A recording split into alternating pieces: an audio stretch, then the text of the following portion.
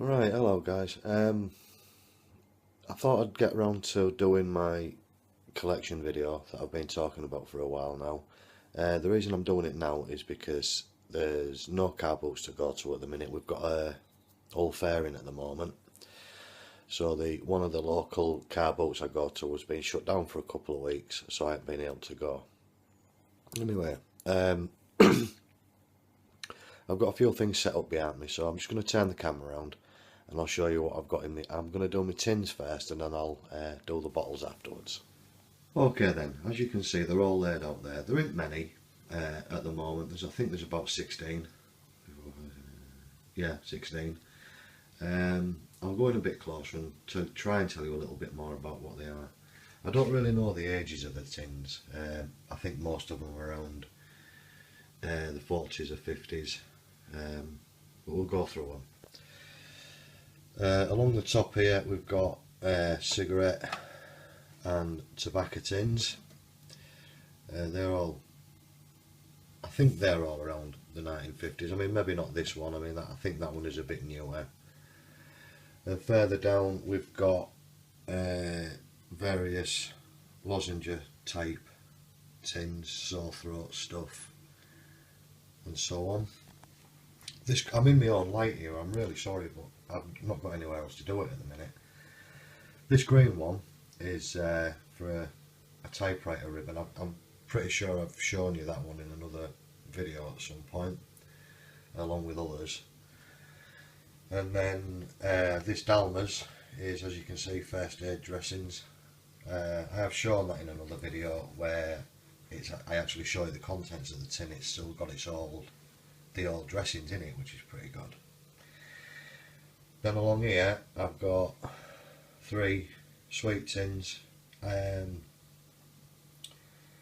actually contacted this company, they still exist, and they couldn't tell me how old the tin was or from what era it came from, but after a little bit of research I think it's from around somewhere between the 1920s and 1940s, so it's getting on towards 100 years old.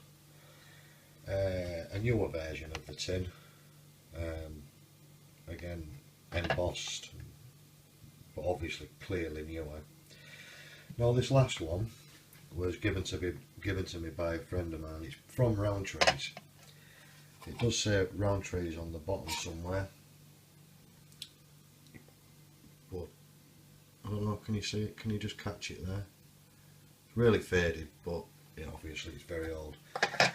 My friend told me it's one of the tins that you'd maybe have on your writing desk or whatever, and not necessarily throw it away, but maybe top it up when it runs empty.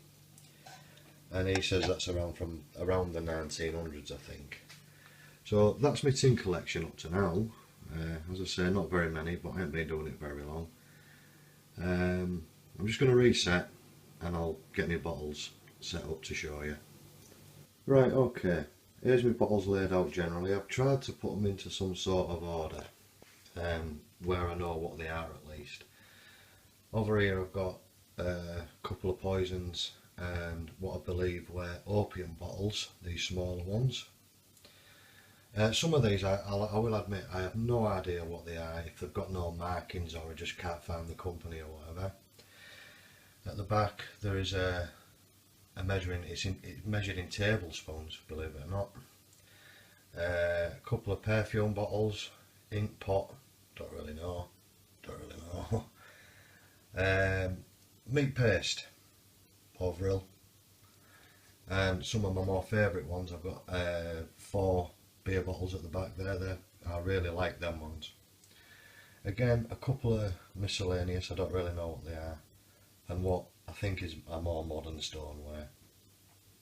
These are what I've got up to now. They all need a blooming good clean, but I personally think they're really nice bottles. Anyway, that's my collection of tins and bottles in full for the time being. Hope you enjoyed it. One thing before I go, I nearly forgot. My friend at work wants me to give her a shout out on one of my videos, so hello Charlie, this is your shout out. I know you're only really doing it to wind Josh up, but there you go. I've said hello. See you later.